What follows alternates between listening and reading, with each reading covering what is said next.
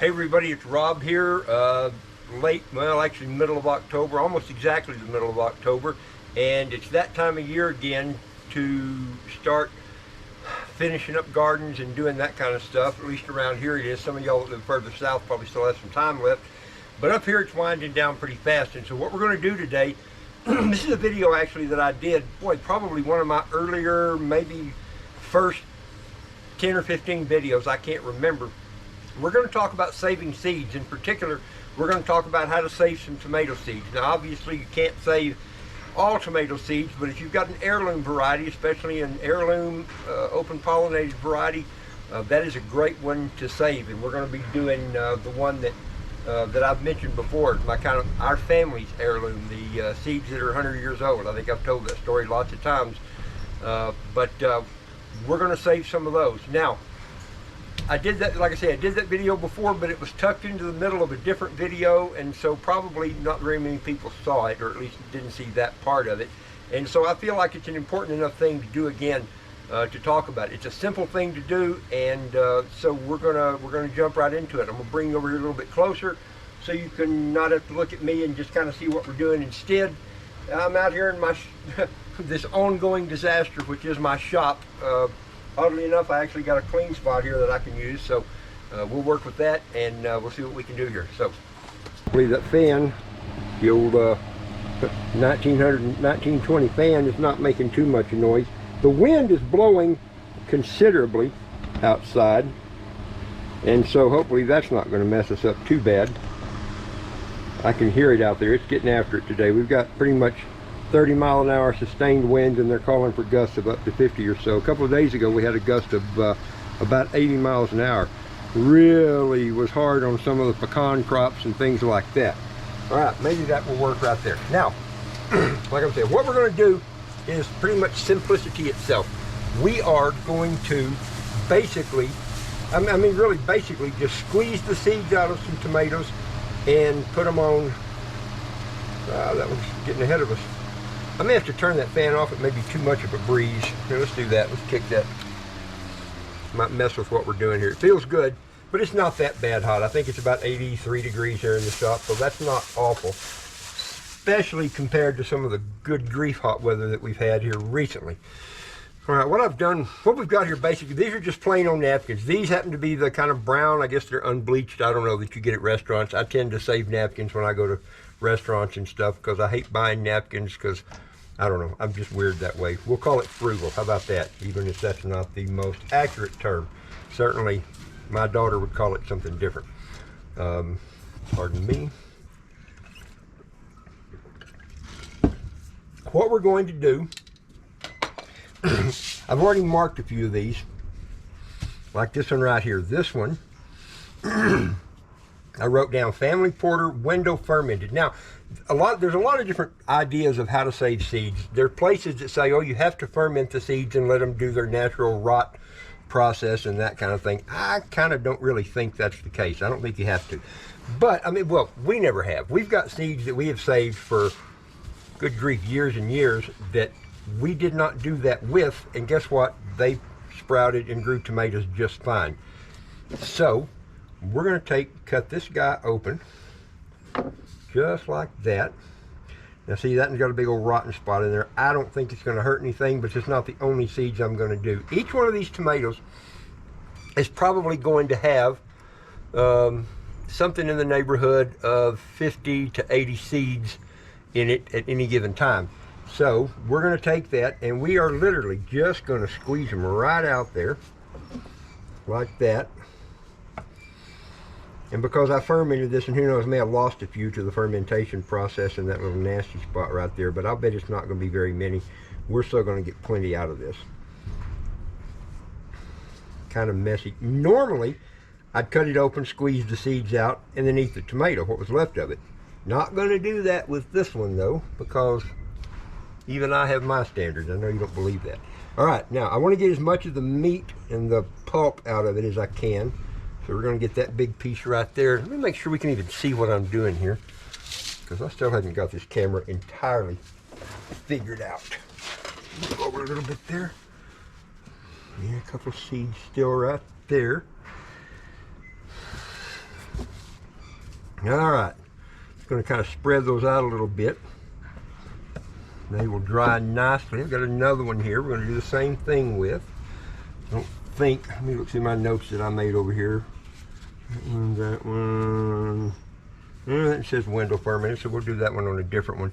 So for, let's see. Oh yeah, that's a volunteer tomato.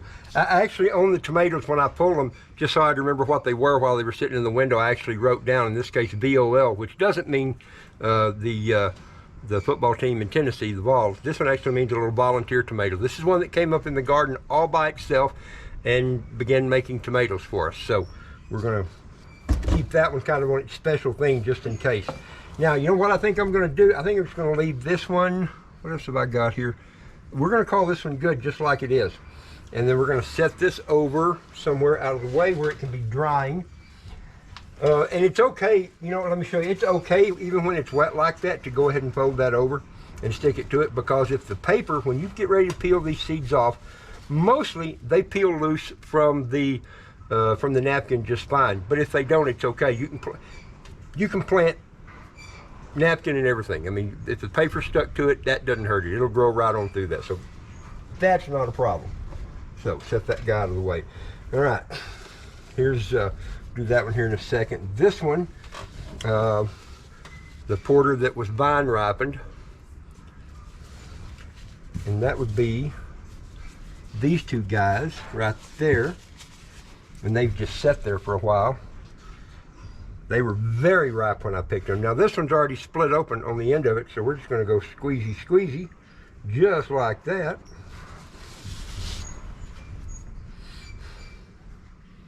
And then rake them out there. Same basic premise. Now this one did not have as many seeds as I thought it might. You never know. You know, it varies for how many you're going to get. Sometimes there's a bunch, sometimes there's not as many. And I'm going to spread these guys over here to this side.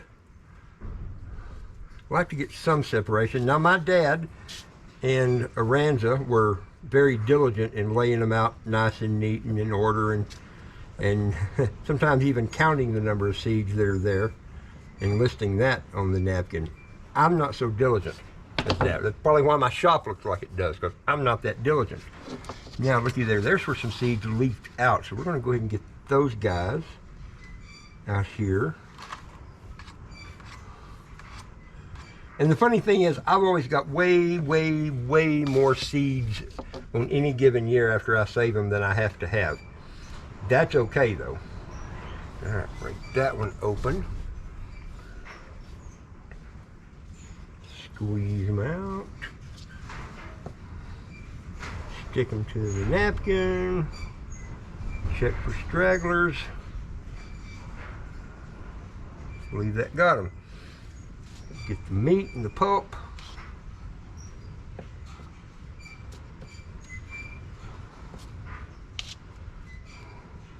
And the meat and the pulp doesn't really hurt anything either as far as that goes. It's just kind of, it dries quicker if that's not there. But honestly, that same kind of deal like with the paper being stuck to them. They will sprout right through it and it just don't matter.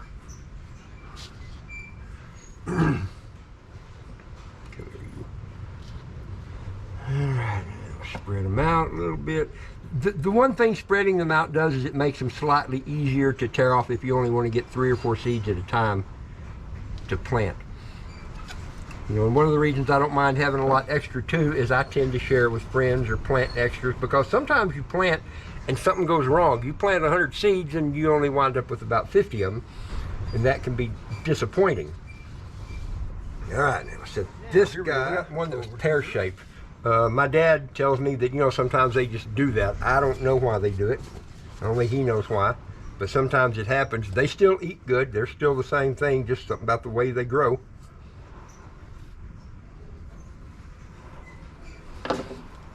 This guy.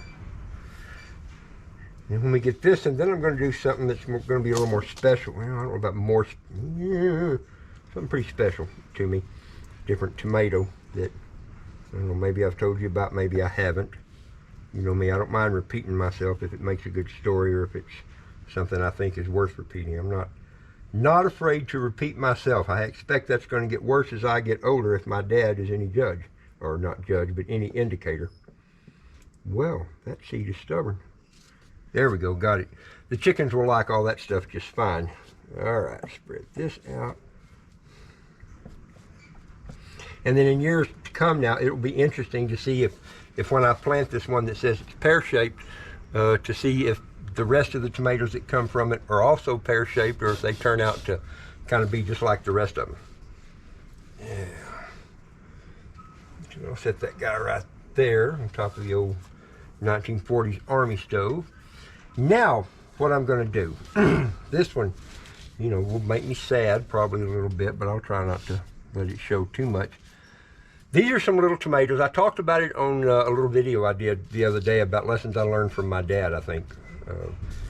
Gardening lessons I learned. I don't even remember what the title of it was because that's how good my brain is. But these are tomatoes that my daughter Aranza picked. We had a little tomato plant come up out of nowhere out next to one of the little pecan trees that we had transplanted, little bitty guys. And this tomato grew, and it looked like a weed at first, but it looked like a tomato, but it didn't grow like a tomato. It grew like a weed and started making these little bitty tomatoes here, which turned out to be quite good. They are sweet and yummy and good, and we would not have it if it hadn't been for Aranza.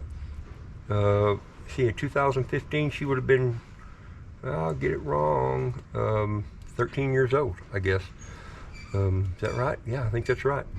And she was already doing stuff like this then. And so, thank you to her. We have another variety of tomato that we planted this year, and it grew lots of really yummy, good, little bitty tomatoes. And the funny thing is I had not realized that I thought, when I'd had that thing of seeds forever, the napkin that she had grown them on, and I planted them every year, but for some reason I never could get them to grow and do good. Now I'm looking for the first seed in this, and I know they don't have many seeds in them. This one has even less than not many. Yikes. That's unfortunate. All right, let's try another one. And so I was getting down to the last few seeds and really getting concerned. And then this year finally got a couple of the plants. We've had some bad gardening years. I mean, they've been bad, hard years. This one, now I know some of these do because I was up at my friend Shelton's pig hunting the other day, and we spread some seeds out for him. That one doesn't have any. All right, so maybe I'll fix to learn something. Here's one right here that's not quite as fermented. Maybe it was a little riper. Let's see if it has a seed or two in it. Yes, I see some. Hooray. Hooray.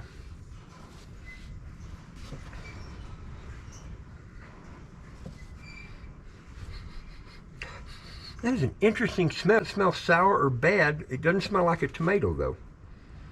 It's not a bad smell at all. It's almost like an overripe fruit smell. I guess tomatoes are fruits, aren't they? So anyway, I am happy again because I have more seeds to continue on that, I guess that legacy you could call it, that Aranza started. And I can spend plenty more years thinking back on that and getting sad anytime I can't find something else to get sad about, which it's not very hard to get sad, as you may guess. How about this one? Ah, yep, there's some seeds in this one too. Yay, hooray. But you can be sure that I'm going to redouble my efforts to make sure that I pick several more of these. These little tomatoes here, all the ones I've done, I've never found more than about 15 or maybe 20 seeds. I say of all the ones I've done. The 3 or 4 I've done prior to this only had about 15 or 20 seeds in them. And if that's the case, then I'm that much more indebted to my daughter for having done that. I like to think that in decades, in years to come, that is one more thing she will be remembered for. Kind of like I remember my great-grandparents. Now I think about them and having saved these seeds and collected them and done this with them. Now I'll have that same kind of thing from my daughter. Maybe future generations, assuming there are future generations. I do only have one daughter left now, so that cuts down on the odds of that. So, but whether it's future generations of our family or just future generations of other people that knew her and might be able to appreciate that, then maybe that'll work out too. All right, I'm not going to talk about that anymore. That's depressing. Here's another one of these that bubbled up. I'm wondering if maybe them sitting there and fermenting like that, it somehow just dissolved the seeds inside. I find that unlikely, because if one was to fall out there in nature on its own, or it may just be that I picked these early before they had started developing seeds. And see, that one didn't have anything that I can tell. So, how about that? Y'all are getting to learn something here with me. All right, fortunately, here somewhere I have a rag that I wet down so I can clean my fingers. Well, I really do. Ah, there it is. Got it. Got it. Okay. All right, so I'm going to spread a couple of these guys out, and then we're going to move on to a non-family variety that I had kind of had the same thing. I had been wanting to get more tomatoes out of it and planted 2 or 3 times, and nothing happened, and much to my dismay. And that is this variety here. This is Brandywine, or at least it says. They don't look like Brandywine to me, but that's what it says, so I'm going to take it that they are. Had a little bit of blossom end rot on that one, and I let these sit there in a bag. They were very, very ripe when I picked them, like way ripe. But I think when they're way ripe is a good time to get them. That way the seeds have had a chance to do their thing even better. Oh, I haven't written this one down yet, so I got to find a pen. And you know what, I can find a pen in a minute. Here's a little beat up napkin. This will work right here. All right, now I'm going to peel this guy open. My guess is there'll be plenty of seeds in this. Oh boy, yeah, lots of seeds in this. This one was from, you know what, I think I've got it here somewhere. I saw it when I was moving things. Yeah, right there. Brandywine, 2013. That's how long I've had these. And this might, the seeds that sprouted and grew these tomatoes might actually be a little bit older than that. A fly, get from here, dude. Because I know I was growing these in 2009 and 11, and probably 10. Ooh, what a mess, what a mess, what a mess. But anyway, there we go. Y'all get the idea. I'll finish that up here. Else, we talked about the okra that was also my family's history stuff, and I got a couple of pods here that I brought out. These are the variety it is. We think might be emerald. It's the closest thing I've ever been able to found. There is another variety of okra that's most commonly grown around here, and that is Clemson spineless, and you can see the difference. You know, this one's got the ridges all around it. And one of the differences in this too is that these pods right here, this okra can get a lot bigger and still be tender. Whereas these guys here, if they get very big at all, they get tough and you can't hardly eat them. But these guys right here will grow like that. You can hear the seeds inside of them where they are protected nicely and will store for a long time. And to get to them, pretty much all you got to do is just break open the pod a little bit, shake out some seeds.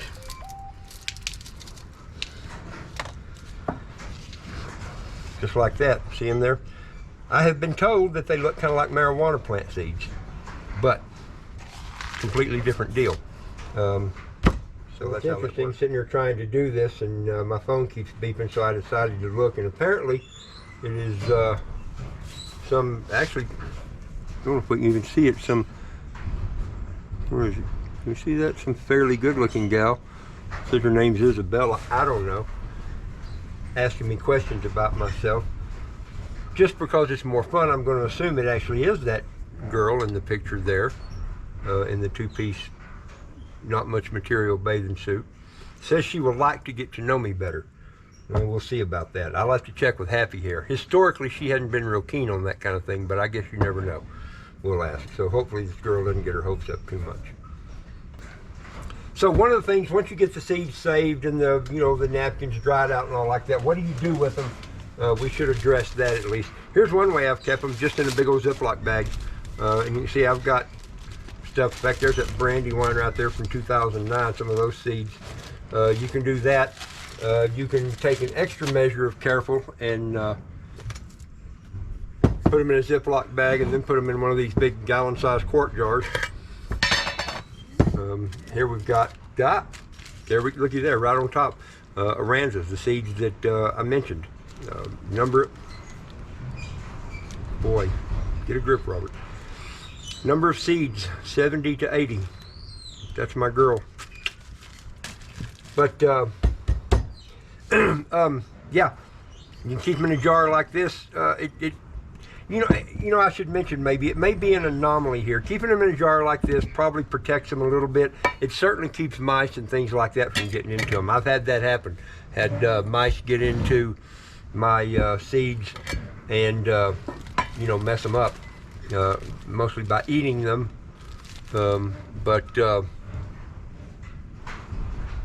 I hate that this camera shuts its screen off. You have to reach up and touch it, and sometimes it doesn't. My fingers have enough calluses, I guess it didn't always recognize it.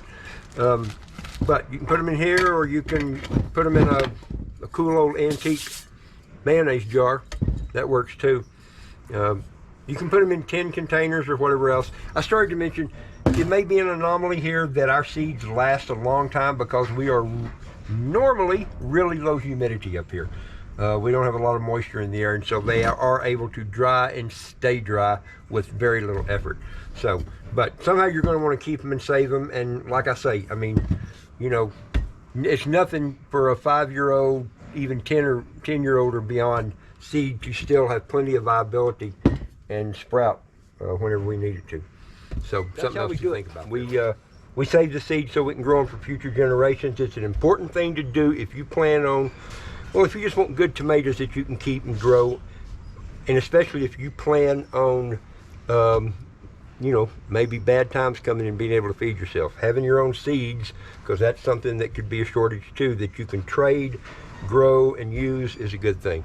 So anyway, there we go. Thanks for watching, and we will see y'all later.